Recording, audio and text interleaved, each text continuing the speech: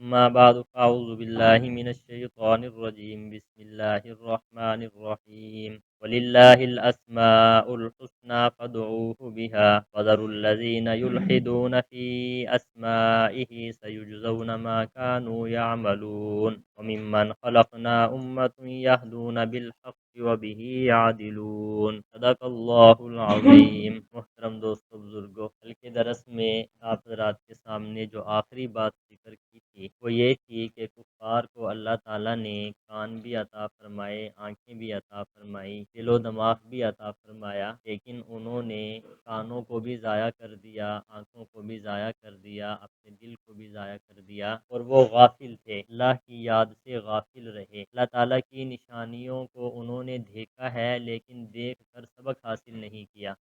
اللہ تعالیٰ کی نشانیاں، اللہ تعالیٰ کی نعمتیں اور قدرتیں انہوں نے سنی ہیں لیکن ان سے سبق حاصل نہیں کیا۔ اللہ تعالیٰ کی قدرتیں اور نعمتیں ان کے دل میں آئی ہیں لیکن پھر بھی وہ ایمان لے کر نہیں آئے بلکہ غافل رہے۔ آج کی یہ جو پہلی آیت مبارکہ ہے، اس میں اللہ تعالیٰ نے غفلت کے دور کرنے کا طریقہ ارشاد فرمایا ہے۔ جب انسان کا دل غافل ہو جائے، انسان غفلت میں پڑ جائے، تو اس کو دور کرنے والی چیز ایک ہی ہے، وہ اللہ تعالیٰ کا نام لینا ہے اور اللہ تعالیٰ سے دعا کرنی ہے۔ جو انسان اللہ کا ذکر کرتا ہے، اللہ تعالیٰ کے ناموں کو پکارتا ہے، اور پھر جو انسان اس کے ساتھ ساتھ اللہ سے دعا بھی کرتا ہے وہ نام لے کر، اسی وجہ سے انسان کا دل کی جو غفلت ہے وہ دور ہو جاتی ہے۔ ایک حدیث مبارکہ کے اندر نبی کریم صلی اللہ علیہ وسلم کے 99 نام آئے ہیں، ترمذی شریف کی روایت ہے۔ فرمایا نبی کریم صلی اللہ علیہ وسلم نے تو اللہ تعالیٰ کے ناموں کو یاد کر لیتا ہے، فرمایا اس کی برکت اور انعام یہ ہوگا کہ وہ مرنے کے بعد سیدھا جنت میں جائے گا۔ اللہ تعالیٰ کے نام یاد کرنا کوئی مشکل نہیں ہے، ہمیں چاہیے کہ اللہ کے ناموں کو یاد کریں۔ اسی طریقے سے نبی کریم صلی اللہ علیہ وسلم نے ایک روایت کے اندر یہ بات ارشاد فرمائی ہے، اللہ کے نام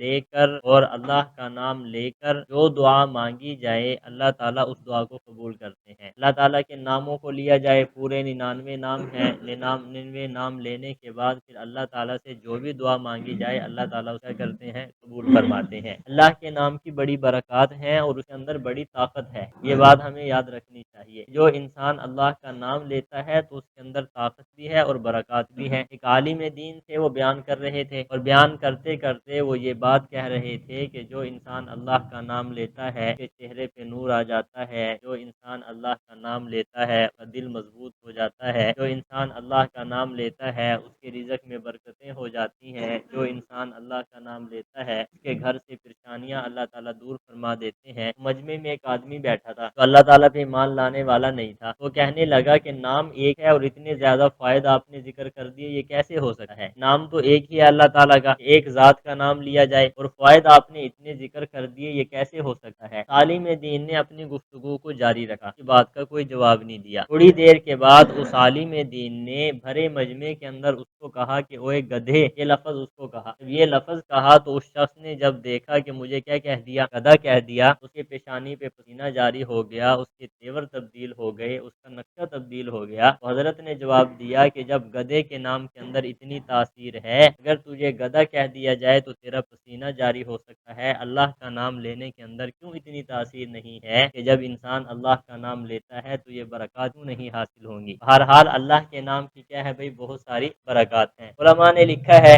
اور ایک حدیث مبارکہ کے اندر بھی یہ بات آئی ہے، اللہ تعالیٰ کو سب سے زیادہ محبوب وہ عمل ہے جو تھوڑا ہو اور مسلسل ہو۔ آپ صلی اللہ علیہ وسلم نے کیا فرمایا؟ اللہ رب العزت کو سب سے زیادہ محبوب عمل کون سا ہے؟ جو تھوڑا ہو لیکن وہ کیا ہو بھائی، مسلسل ہو، اس پر ہمیشگی ہونی چاہیے۔ ہمارے ہاں یہ ہوتا ہے کہ ہم کوئی کام بھی شروع کریں، اللہ کا ذکر شروع کریں، نمازیں شروع کریں یا قرآن مجید کی تلاوت شروع کریں، ہم یہ کرتے ہیں کہ ایک دن جوش آیا، بہت زیادہ پڑھ لیا اور اگلے دن سستی طاری ہو گئی، انسان کیا ہے اس کے اندر تلاوت نہیں کرتا، پھر ایک دن پڑھ لیا، پھر ایک دن چھوڑ دیا، تو اجر تو اس پہ بھی ملے گا، لیکن یہ اللہ رب العزت کے ہاں جو مقام مقام اور مرتبہ مسلسل عمل پہ ہے وہ اس پہ نہیں ہے۔ اس کی مثال علماء نے یہ ارشاد فرمائی ہے، دیکھو یکدم بارش آئے، موسلا دار تیز بارش آئی تو بارش آنے کے بعد چلی گئی، اس کے اثرات کم ہیں، لیکن ایک وہ بارش ہے جو مسلسل ایسا ایسا آتی رہتی ہے، جیسے کہ آپ دیکھتے ہیں سردیوں کے اندر جھڑیاں لگ جائیں جو ہفتہ ہفتہ 10 10 دن جھڑیاں لگی رہتی ہیں، تھوڑی سی بارش تھوڑی تھوڑی قطرہ قطرہ بارش آتی رہتی ہے۔ آپ حضرات کے علم میں ہے کہ لنٹر جو ہے وہ بھی چونے لگ جاتے ہیں، کیونکہ اس تھوڑی تھوڑی چیز کے اثرات بہت زیادہ ہوا کرتے ہیں۔ علماء نے لکھا ہے کہ اگر کسی پتھر کو ایک ٹونٹی کے نیچے رکھ دیا جائے اور اس ٹونٹی کا جو مکمل کھول دیا جائے تو زیادہ سے زیادہ پانی گرے گا اور پتھر صاف ستھرا ہو جائے گا، لیکن فرمایا کہ اگر پتھر کو ٹونٹی کے نیچے رکھ کر اس کو ایسے کھولا جائے کہ ایک ایک قطرہ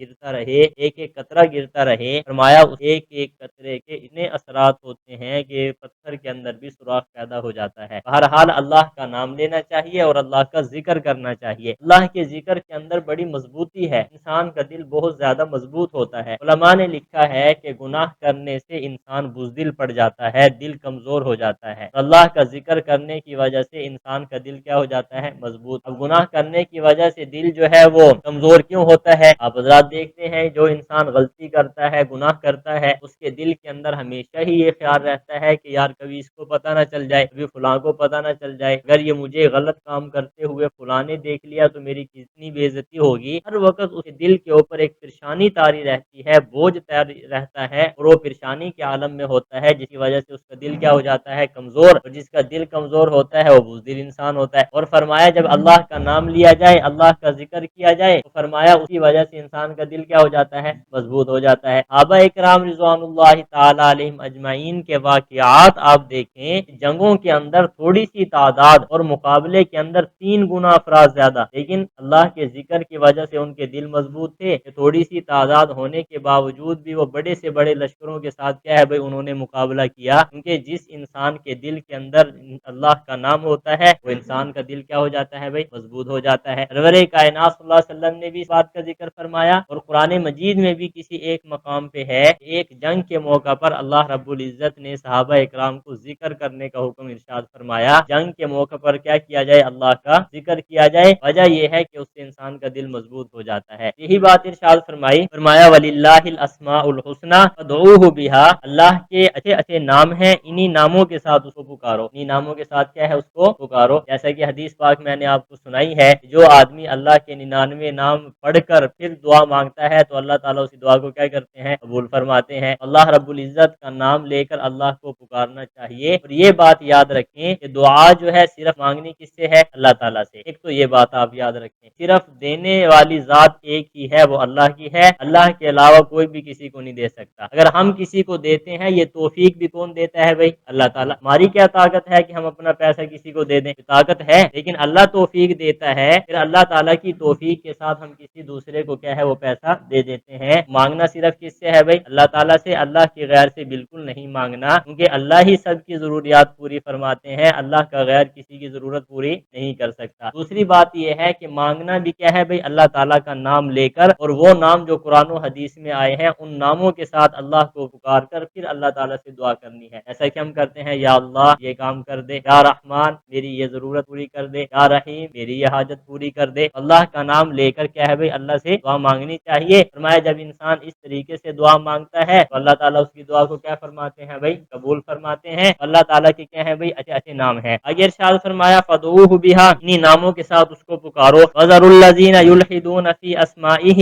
اور چھوڑ دو ان لوگوں کو جو اللہ کے ناموں میں کج روی اختیار کرتے ہیں۔ اللہ تعالیٰ نے حکم ارشاد فرمایا کہ جو میرے ناموں میں کج روی اختیار کرتے ہیں ان کو کیا کر دو بھائی؟ چھوڑ دو۔ اس کا ایک مطلب تو علماء نے یہ لکھا ہے کہ جو لوگ اللہ کی طرف ایسا نام منسوب کرتے ہیں جو نامناسب ہے، جو نامناسب ہے ان کو چھوڑ دو۔ بعض لوگ ایسے ہیں جو قرآن و حدیث کے اندر اللہ کے نام آئے ہیں ان کو چھوڑ کر اپنی طرف سے کوئی ایسا نام اللہ کی طرف منسوب کر دیتے ہیں جو نامناسب ہوتا ہے۔ اللہ تعالیٰ کیا فرما رہے ہیں؟ ان لوگوں کو چھوڑ دو، نمبر ایک۔ نمبر دو، اس کا دوسرا مطلب علماء نے یہ لکھا ہے کہ جو لوگ اللہ کا نام لے کر غلط کام کرتے ہیں ان کو بھی چھوڑ دو۔ یہ ایسے ہے جیسا کہ اللہ کا نام لے کر کج روی اختیار کر لی۔ بعض لوگ ایسے ہیں تو اللہ کا نام لیتے ہیں لیکن کام غلط کرتے ہیں، کہ غلط کام کو شروع کرنے سے پہلے اللہ کا نام لے لیتے ہیں۔ فرمایا ان لوگوں کو بھی تم نے کیا کر دینا ہے بھائی؟ چھوڑ دینا ہے۔ تیسرا مطلب علماء نے اس کا یہ لکھا ہے کہ اللہ کے نام کو غلط پکارتے کرتے ہیں، اللہ کے ناموں کو کیا کرتے ہیں، غلط پکارتے ہیں. جیسا کہ مسئلہ آپ حضرات سمجھتے ہیں، کسی کا نام عبد الرحمان رکھ لیا جائے، کسی کا نام عبد الرحیم رکھ دیا جائے، کسی کا نام عبداللہ رکھ دیا جائے. اب ہمارے ہاں یہ بہت بری عادت ہے، کسی کا نام عبد الخالق رکھ دیا جائے. اب دیکھو اللہ کی صفت اور اللہ کا نام تو اس کے ساتھ لگا ہوا ہے نا، لیکن ہم بعض مرتبہ ان ناموں کو بگاڑ کر پکارتے ہیں اور اس طریقے سے تبدیل کر دیتے ہیں کہ حقیقت ہی ختم ہو جاتی ہے. اللہ تعالیٰ فرما رہے ہیں ان لوگوں کو چھوڑ دو، ان کے ساتھ نہ رہا کرو. ہمیں اس بات کا خاص خیال رکھنا چاہیے. سب سے پہلی بات، نام ایسا رکھیں جو بالکل اچھا ہو اور صحابہ اکرام میں سے کسی کا ہو یا اللہ کے ناموں میں سے ہو یا آپ صلی اللہ علیہ وسلم کے ناموں میں سے ہو. اگر کسی کا نام ایسا ہو تو پھر اس کو صحیح طریقے سے پکارنا چاہیے، تاکہ اس طریقے سے پکارا جائے کہ اس نام کے اندر کیا آ جائے، بھی تبدیلی آ جائے. اللہ تعالیٰ فرما رہے ہیں جو اس طریقے سے جو لوگ کرتے ہیں ان کو کیا کر دو، چھوڑ دو. اگر ویسے بھی کسی کو برے القاب سے نہیں پکارنا چاہیے. نام جس کا جو بھی ہے صحیح طریقے سے نام لینا چاہیے. کسی کو برے القابات کے ساتھ پکارنا یہ بھی شریعت نے منع کیا ہے، اور وہ انسان گناہگار ہوتا ہے. اور یہ گناہ ایسے ہیں جو بے لذت ہیں، کوئی اس کے اندر لذت نہیں ہے،